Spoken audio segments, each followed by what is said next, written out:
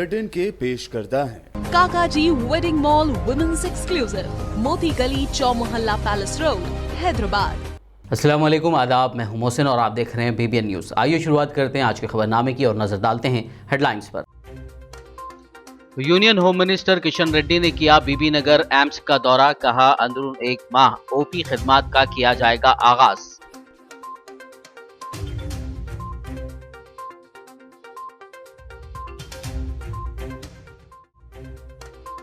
सदर मजलिस असदुद्दीन ओवैसी ने किया शकरगंज लाइब्रेरी की इमारत का इफ्तिताह, MP फंड से 38 लाख रुपए की लागत से तैयार की गई इमारत।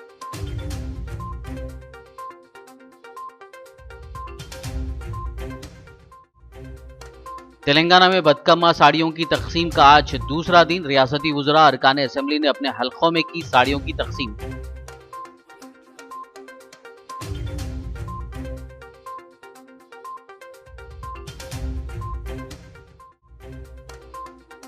कांग्रेस रहनुमा मर्री शशिधर रेड्डी ने रियासती हुकूमत पर लगाया इल्जाम, कहा हुकूमत का शफाफ GHMC इंतखाबात के इनेकाद का नहीं है कोई इरादा, सीट्स के रिजर्वेशन पर भी उठाए सवाल।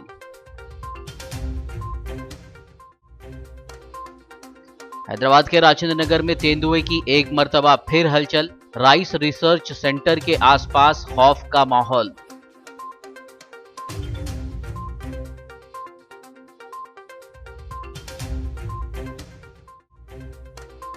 हैदराबाद पुलिस कमिश्नर ने कारखाना इलाके में किया 200 CCTV कैमरों का इफ्तिताह, कहा अब तक हैदराबाद में लगाए जा चुके हैं 3,35,000 कैमरे।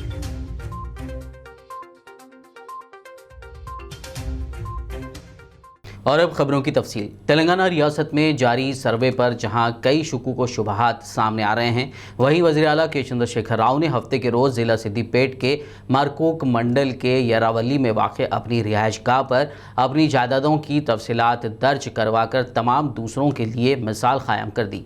जब गाँव के सेक्रेटरी ने अपने फ़राइज़ की अंजामदेही के लिए उनसे रब्ता किया, वज़ीर आला ने यरावली में सरकारी मुलाजिम को प्रॉपर्टी की तमाम तफसीलात फराहम की।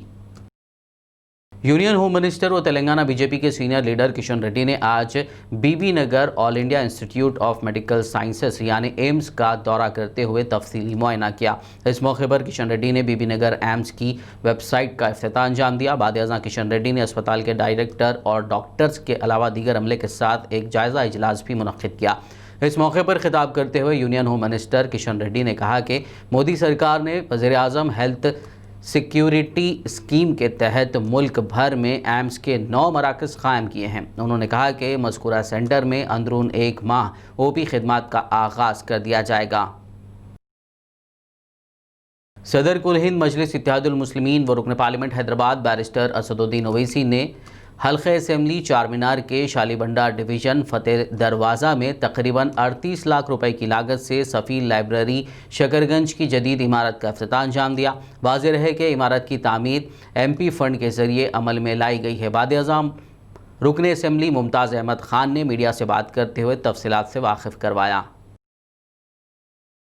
मेंबर ऑफ पार्लियामेंट के फंड से यहाँ पर एक लाइब्रेरी की बिल्डिंग का इफ्तिताह नक़ीब मिल्लत बैरिस्टर असदुद्दीन ओवैसी के हाथों अमल में आया और ये कितने की 38 लाख रुपए की लागत से ये बिल्डिंग बनाई गई।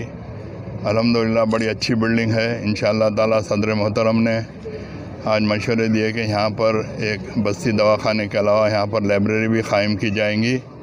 इससे हटकर भी मजलिस इत्तेहादुल मुस्लिमीन आवाम के दरमियान में रहकर उनके मसाइल को हल करने के लिए पूरी कोशिश कर रही है। हमारे मुतल्लिक़ा कारपोरेटर मुज़फ़्फ़र साहब भी रात और दिन इस इलाक़े के अंदर आपके मसाइल से वाक़फ़ियत हासिल कर रहे हैं और हमारे इब्तिदाई के सुदूर मोतमदीन भी रात और दिन आपके दरमियान में रहकर आपके जो तकालीफ़ हैं, आपके तकालीफ़ को महसूस करके मुसलसिल ये कोशिश करते आ रहे हैं कि आपके तमाम तकालीफ़ को दूर किया जाए। रियासती वज़ीर तालीम सबिता इंदिरा रेड्डी ने जलपल्ली म्यूनिसिपैलिटी में बदकम्मा साड़ियों की तकसीम अमल में लाई। इस मौके पर म्यूनिसिपल कमिश्नर, काउंसलर्स के अलावा मुतल्लिक़ा अहदेदार मौजूद थे। इस मौके पर सबिता इंदिरा रेड्डी ने कसीर तादाद में गरीब ख़वातीन में इन साड़ियों की तकसीम अमल में लाई।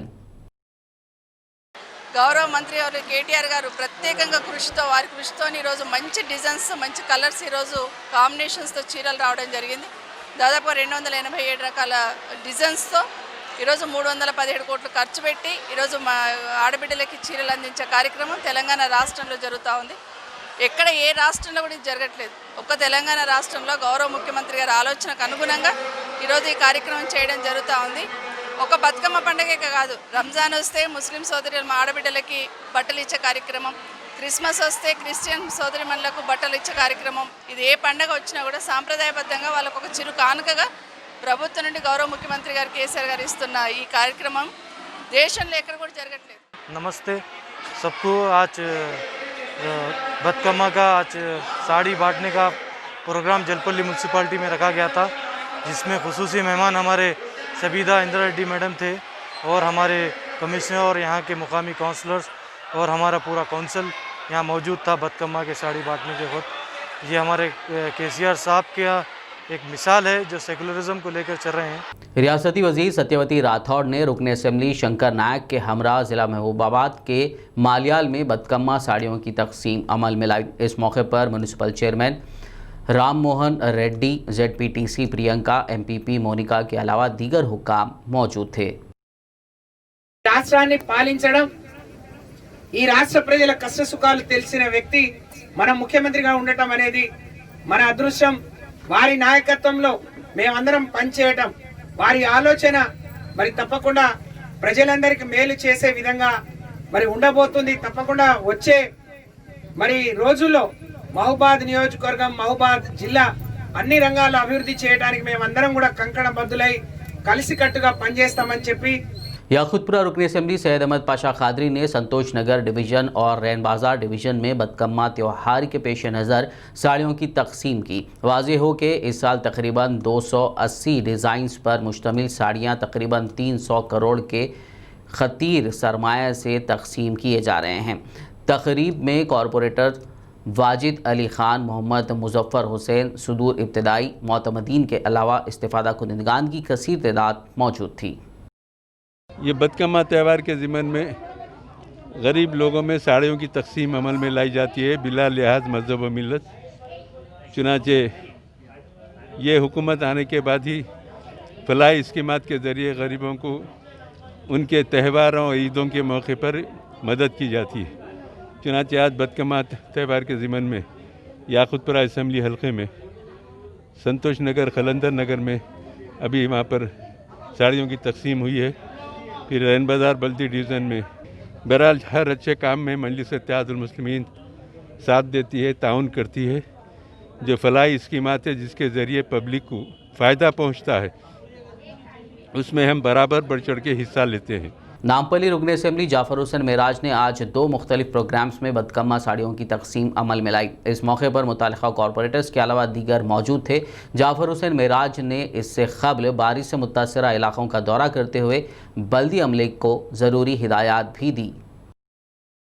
नामपल्ली असेंबली कॉन्स्टिट्यूंसी में बदकम्मा साड़ी डिस्ट्रीब्यूशन चल रहा है कल से, ये और एक 2 दिन रहेगा।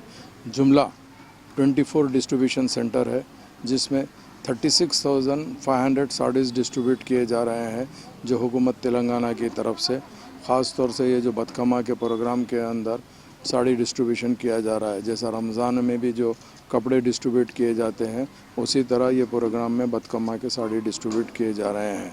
आज हम यहाँ पर अभी right now Zakir Hussain community hall में है, अवैसी कम्युनिटी हॉल में भी डिस्ट्रीब्यूशन किया है। ऐसा टोटल 24 सेंटर के अंदर डिस्ट्रीब्यूशन जारी है और इंशाअल्लाह ताला 36,500 साड़ीज़ नामपल्ली असेंबली कॉन्स्टिट्यूंसी में डिस्ट्रीब्यूट किए जाएंगे।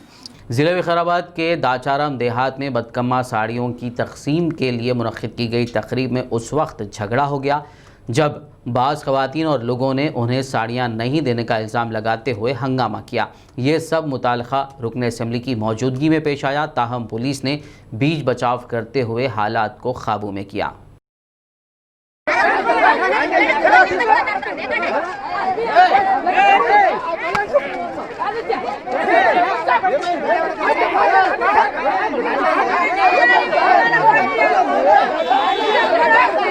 हल्के असेंबली कारवान कौसर मोहिउद्दीन ने जेएचएमसी सेंट्रल जोनल कमिश्नर प्रवीनिया के हमरा नालानगर डिवीजन के अतराफ व अकनाफ के मोहल्ले जात का पैदल दौरा किया। उन्होंने कल हुई मूसलाधार तूफ़ानी बारिश के बाइस मुतासरा इलाके और मकीनों को हुए नुकसानात का जायज़ा लिया।